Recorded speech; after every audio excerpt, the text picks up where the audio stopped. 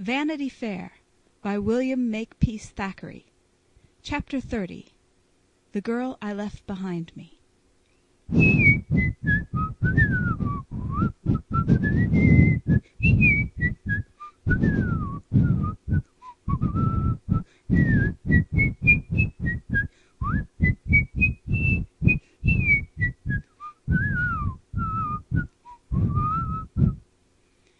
We do not claim to rank among the military novelists. Our place is with the non-combatants. When the decks are cleared for action, we go below and wait meekly. We should only be in the way of the maneuvers that the gallant fellows are performing overhead. We shall go no farther with the than to the city gate, and leaving Major O'Dowd to his duty, come back to the Major's wife, and the ladies, and the baggage. Now, the Major and his lady, who had not been invited to the ball at which in our last chapter other of our friends figured, had much more time to take their wholesome natural rest in bed than was accorded to people who wished to enjoy pleasure as well as to do duty. "It's my belief, Peggy, my dear," said he, as he placidly pulled his nightcap over his ears, "that there will be such a ball danced in a day or two as some of 'em has never heard the tune of." And he was much more happy to retire to rest after partaking of a quiet tumbler than to figure at any other sort of amusement. Peggy, for her part, would have liked to have shown her turban and bird of paradise at the ball, but for the information which her husband had given her, and which made her very grave. "I'd like you to wake me about half an hour before the assembly beats," the Major said to his lady. "Call me at 1:30, Peggy dear, and see me things is ready. Maybe I'll not come back to breakfast, Mrs. O.D." With which words, which signified his opinion that the regiment would march the next morning, the Major ceased talking and fell asleep. Mrs. O'Dowd, the good housewife, arrayed in curl papers and a camisole, felt that her duty was to act and not to sleep at this juncture. "Time enough for that," she said, "when Mick's gone." And so she packed his traveling valise ready for the march, brushed his cloak, his cap, and other warlike habiliments, set them out in order for him, and stowed away in the cloak pockets a light package of portable refreshments, and a wicker-covered flask or pocket pistol, containing near a pint of a remarkably sound cognac brandy, of which she and the Major approved very much. And as soon as the hands of the repayther pointed to 1:30, and its interior arrangements (it had a tone quite equal to a cathedral, its fair owner considered) knelled forth that fatal hour, Mrs. O'Dowd woke up her Major, and had as comfortable a cup of coffee prepared for him as any maid that morning in Brussels. And who is there will deny that this worthy lady's preparations betokened affection as much as the fits of tears and hysterics by which more sensitive females exhibited their love, and that their partaking of this coffee, which they drank together while the bugles were sounding the turnout and the drums beating in the various quarters of the town, was not more useful and to the purpose than the outpouring of any mere sentiment could be. The consequence was that the Major appeared on parade quite trim, fresh, and alert, his well-shaved, rosy countenance, as he sat on horseback, giving cheerfulness and confidence to the whole corps. All the officers saluted her when the regiment marched by on the balcony on which this brave woman stood, and waved them a cheer as they passed. And I dare say it was not from want of courage, but from a sense of female delicacy and propriety, that she refrained from leading the gallant dashed personally into action. On Sundays, and at periods of a solemn nature, Mrs. O'Dowd used to read with great gravity out of a large volume of her uncle the Dean's sermons. It had been of great comfort to her on board the transport as they were coming home, and were very nearly wrecked on their return from the West Indies. After the regiment's departure, she betook herself to this volume for meditation. Perhaps she did not understand much of what she was reading, and her thoughts were elsewhere, but the sleep project, with poor Mick's nightcap up there on the pillow, was quite a vain one. So it is in the world. Jack or Donald marches away to glory with his knapsack on his shoulder, stepping out briskly to the tune of "The Girl I Left Behind Me." It is she who remains and suffers, and has the leisure to think and brood and remember. Knowing how useless regrets are, and how the indulgence of sentiment only serves to make people more miserable, Mrs. Rebecca wisely determined to give way to no vain feelings of sorrow, and bore the parting from her husband with quite a Spartan equanimity. Indeed, Captain Rawdon himself was much more affected at the leave-taking than the resolute little woman to whom he bade farewell. She had mastered this rude, coarse nature, and he loved and worshipped her with all his faculties of regard and admiration. In all his life he had never been so happy as during the past few months his wife had made him. All former delights of turf, mess, hunting field, and gambling table, all previous loves and courtships of milliners, opera dancers, and the like easy triumphs of the clumsy military Adonis, were quite insipid when compared to the lawful matrimonial pleasures which of late he had enjoyed. She had known perpetually how to divert him, and he had found his house and her society 1,000 times more pleasant than any place or company which he had ever frequented from his childhood until now. And he cursed his past follies and extravagances, and bemoaned his vast outlying debts above all, which must remain forever as obstacles to prevent his wife's advancement in the world. He had often groaned over these in midnight conversations with Rebecca, although as a bachelor they had never given him any disquiet. He himself was struck with this phenomenon.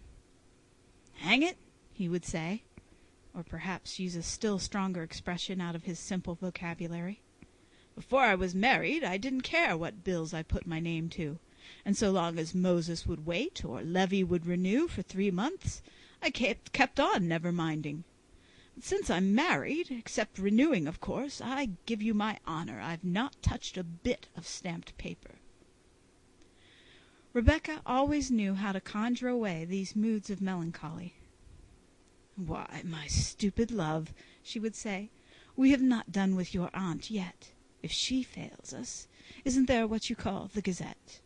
Or stop, when your Uncle Bute's life drops, I have another scheme. The living has always belonged to the younger brother, and why shouldn't you sell out and go into the church?" The idea of this conversion sent Rawdon into roars of laughter. You might have heard the explosion through the hotel at midnight, and the haw-haws of the great dragoon's voice. General Tufto heard him from his quarters on the first floor above them. And Rebecca acted the scene with great spirit, and preached Rawdon's first sermon, to the immense delight of the general, at breakfast. But these were mere bygone days and talk. When the final news arrived that the campaign was open, and the troops were to march, Rawdon's gravity became such that Becky rallied him about it in a manner which rather hurt the feelings of the guardsmen. "You don't suppose I'm afraid, Becky, I should think," he said with a tremor in his voice. "But I'm a pretty good mark for a shot, and you see if it brings me down, why, I leave 1 and perhaps 2 behind me, whom I should wish to provide for, as I brought 'em into the scrape. It is no laughing matter that, Mrs. C., anyways." Rebecca, by 100 caresses and kind words, tried to soothe the feelings of the wounded lover. It was only when her vivacity and sense of humor got the better of this sprightly creature, as they would do under most circumstances of life indeed, that she would break out with her satire, but she could soon put on a demure face. "Dearest love," she said, "do you suppose I feel nothing?" And hastily dashing something from her eyes, she looked up in her husband's face with a smile. "Look here," said he, "if I drop, let us see what there is for you. I have had a pretty good run of luck here, and here's 230 pounds. I have got 10 Napoleons in my pocket. That is as much as I shall want, for the general pays everything like a prince, and if I'm hit, why, you know, I cost nothing. Don't cry, little woman. I may live to vex you yet. "Well, I shan't take either of my horses, but shall ride the General's grey charger. It's cheaper, and I told him mine was lame. If I'm done, those two ought to fetch you something. Grigg offered 90 for the mare yesterday before this confounded news came, and like a fool I wouldn't let her go under the 2 O's. Bullfinch will fetch his price any day, only you'd better sell him in this country, because the dealers have so many bills of mine, and so I'd rather he shouldn't go back to England. Your little mare the General gave you will fetch something, and there's no damned livery stable bills here as there are in London," Rawdon added with a laugh. "There's that dressing-case cost me 200. That is, I owe 2 for it, and the gold tops and bottles must be worth 30 or 40. Please to put that up the spout, ma'am, with my pins and rings and watch and chain and things. They cost a precious lot of money. Miss Crawley, I know, paid 100 down for the chain and ticker. Gold tops and bottles, indeed. Damme, I'm sorry I didn't take more now. Edwards pressed on me a silver gilt bootjack, and I might have had a dressing-case fitted up with a silver warming-pan and a service of plate. But we must make the best of what we've got, Becky, you know." And so, making his last dispositions, Captain Crawley, who had seldom thought about anything but himself until the last few months of his life, when love had obtained the mastery over the dragoon, went through the various items of his little catalogue of effects, striving to see how they might be turned into money for his wife's benefit, in case any accident should befall him. He pleased himself by noting down with a pencil, in his big schoolboy handwriting, the various items of his portable property which might be sold for his widow's advantage, as, for example, "My double barrel by Manton, say 40 guineas. My driving cloak lined with sable fur, 50 pounds. My duelling pistols in rosewood case, same which I shot Captain Marker, 20 pounds. My regulation saddle holsters and housings, my lorry ditto," and so forth, over all of which articles he made Rebecca the mistress. Faithful to his plan of economy, the captain dressed himself in his oldest and shabbiest uniform and epaulettes, leaving the newest behind under his wife's, or it might be his widow's, guardianship. And this famous dandy of Windsor and Hyde Park went off onto his campaign with a kit as modest as that of a sergeant, and with something like a prayer on his lips for the woman he was leaving. He took her up from the ground and held her in his arms for a minute, tight pressed against his strong beating heart. His face was purple and his eyes dim as he put her down and left her. He rode by his general's side and smoked his cigar in silence as they hastened after the troops of the general's brigade, which preceded them. And it was not until they were some miles on their way that he left off twirling his mustache and broke silence. And Rebecca, as we have said, wisely determined not to give way to unavailing sentimentality on her husband's departure. She waved him an adieu from the window, and stood there for a moment looking out after he was gone. The cathedral towers and the full gables of the quaint old houses were just beginning to blush in the sunrise. There had been no rest for her that night. She was still in her pretty ball dress, her fair hair hanging somewhat out of curl on her neck, and the circles round her eyes dark with watching. "What a fright I seem," she said, examining herself in the glass, "and how pale this pink makes one look."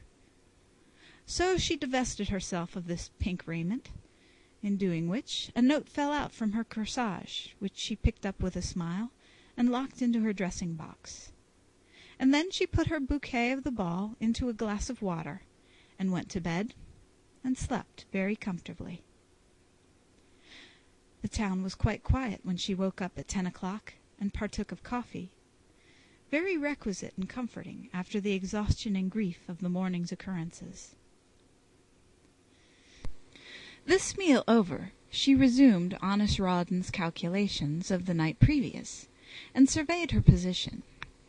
Should the worst befall, all things considered, she was pretty well to do. There were her own trinkets and trousseau, in addition to those which her husband had left behind. Rawdon's generosity when they were first married has already been described and lauded. Besides these, and the little mare, the general, her slave and worshipper, had made her many very handsome presents, in the shape of cashmere shawls bought at the auction of a bankrupt French general's lady, and numerous tributes from the jewelers' shops, all of which betokened her admirers' taste and wealth. As for tickers, as poor Rawdon called watches, her apartments were alive with their clicking. For happening to mention one night that hers, which Rawdon had given to her, was of English workmanship, and went ill, on the very next morning there came to her a little bijou marked Leroy, with a chain and cover charmingly set with turquoises, and another signed Briquette, which was covered with pearls, and yet scarcely bigger than a half-crown. General Tufto had bought one, and Captain Osborne had gallantly presented the other. Mrs. Osborne had no watch, though, to do George justice, she might have had one for the asking, and the Honourable Mrs. Tufto in England had an old instrument of her mother's that might have served for the plate-warming pan which Rawdon talked about. If Messrs. Howell and James were to publish a list of the purchasers of all of the trinkets they sell, how surprised would some families be! And if all these ornaments went to gentlemen's lawful wives and daughters, what a profusion of jewelry there would be exhibited in the genteelest homes of Vanity Fair!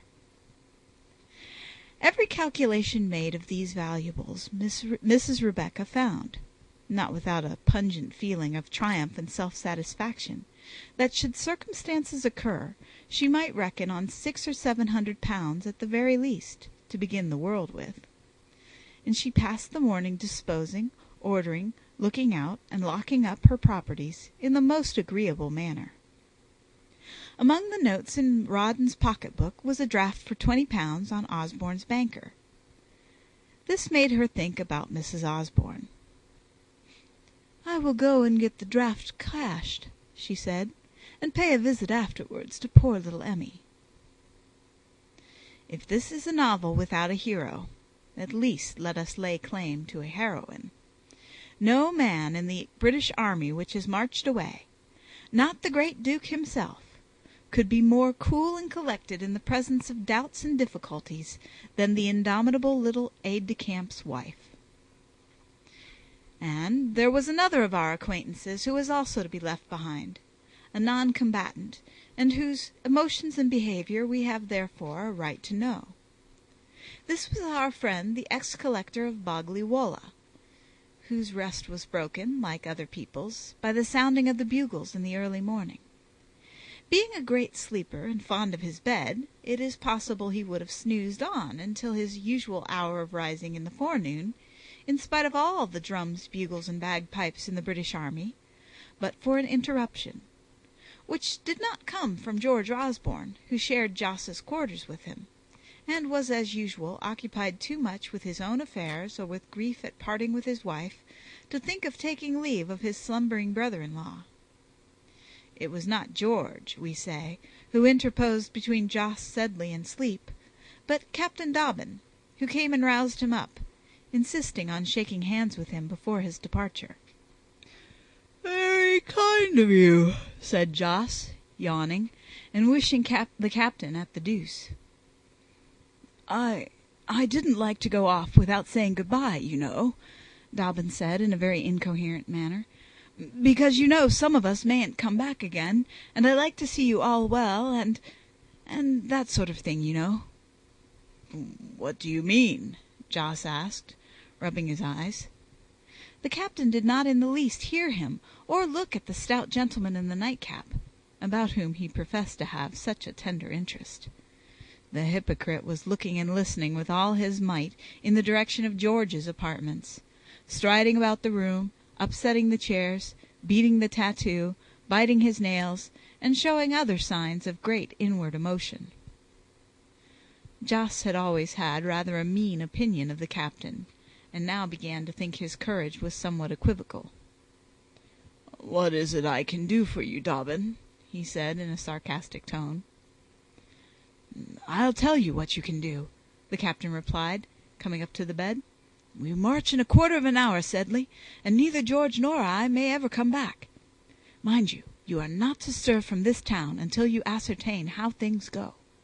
You are to stay here and watch over your sister, and comfort her, and see that no harm comes to her. If anything happens to George, remember she has no one but you in the world to look to. If it goes wrong with the army, you'll see her safe back to England, and you will promise me on your word that you will never desert her." "I know that you won't. As far as money goes, you are always free enough with that. Do you want any? I mean, have you enough gold to take you back to England in case of a misfortune?" "Sir," said Jos majestically, "when I want money, I know where to ask for it. And as for my sister, you needn't tell me how I ought to behave to her." "You speak like a man of spirit, Jos," the other answered good-naturedly, "and I am glad that George can leave her in such good hands. So I may give him your word of honor, may I, that in case of extremity you will stand by her?" "Of course, of course," answered Mr. Jos, whose generosity in money matters Dobbin estimated quite correctly. "And you'll see her safe out of Brussels in the event of a defeat?" "A defeat? Dash it, sir, it's impossible. Don't try to frighten me," the hero cried from his bed. And Dobbin's mind was thus perfectly set at ease, now that Jos had spoken out so resolutely respecting his conduct to his sister. "At least," thought the captain, "there will be a retreat secured for her in case the worst should ensue." If Captain Dobbin expected to get any personal comfort and satisfaction from having one more view of Amelia before the regiment marched away, his selfishness was punished just as such odious egotism deserved to be. The door of Jos's bedroom opened into the sitting-room which was common to the family party, and opposite this door was that of Amelia's chamber. The bugles had wakened everybody. There was no use in concealment now. George's servant was packing in this room, Osborne coming in and out of the contiguous bedroom, flinging to the man such articles as he thought fit to carry on this campaign. And presently Dobbin had the opportunity which his heart coveted, and he got sight of Amelia's face once more. But what a face it was! So white, so wild and despair-stricken, that the remembrance of it haunted him afterwards like a crime, and the sight smote him with inexpressible pangs of longing and pity. She was wrapped in a white morning dress, her hair falling on her shoulders, and her large eyes fixed and without light. By way of helping on the preparations for the departure, and showing that she too could be useful at a moment so critical, this poor soul had taken up a sash of George's from the drawers whereon it lay, and followed him to and fro with the sash in her hand, looking on mutely as his packing proceeded. She came out and stood, leaning at the wall, holding this sash against her bosom, from which the heavy net of crimson dropped like a large stain of blood. Our gentle-hearted captain felt a guilty shock as he looked at her. "Good God!" thought he, "and is it grief like this I dared to pry into?"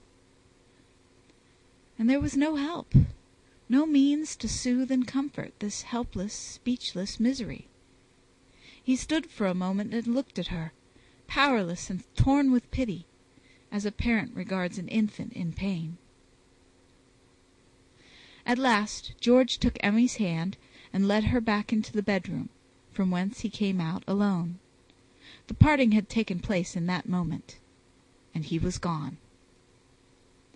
"Thank heaven that is over," George thought, bounding down the stair, his sword under his arm, as he ran swiftly to the alarm ground where the regiment was mustered, and whither trooped men and officers hurrying from their billets. His pulse was throbbing and his cheeks flushed. The great game of war was going to be played, and he one of the players. What a fierce excitement of doubt, hope, and pleasure! What tremendous hazards of loss or gain! What were all the games of chance he had ever played compared to this one? Into all contests requiring athletic skill and courage, the young man, from his boyhood upwards, had flung himself with all his might. the champion of his school and his regiment. The bravos of his companions had followed him everywhere. From the boys' cricket match to the garrison races, he had won 100 of triumphs, and wherever he went, women and men had admired and envied him. What qualities are there for which a man gets so speedy a return of applause as those of bodily superiority, activity, and valor? Time out of mind, strength and courage have been the theme of bards and romances, and from the story of Troy down to today, poetry has always chosen a soldier for a hero. I wonder, is it because men are cowards at heart that they admire bravery so much, and place military valor so far beyond every other quality for reward and worship? So, at the sound of that stirring call to battle, George jumped away from the gentle arms in which he had been dallying, not without a feeling of shame, although his wife's hold on him had been but feeble, that he should have been detained there so long. The same feeling of eagerness and excitement was amongst all those friends of his of whom we have had occasional glimpses, from the stout senior major, who led the regiment into action, to little Stubble, the ensign, who was to bear its colors on that day. The sun was just rising as the march began. It was a gallant sight. The band led the column, playing the regimental march. Then came the major in command, riding upon Pyramus, his stout charger. Then marched the grenadiers, their captain at their head. In the center were the colors, borne by the senior and junior ensigns. Then George came marching at the head of his company. He looked up and smiled at Amelia, and passed on. And even the sound of the music died away. End of chapter 30.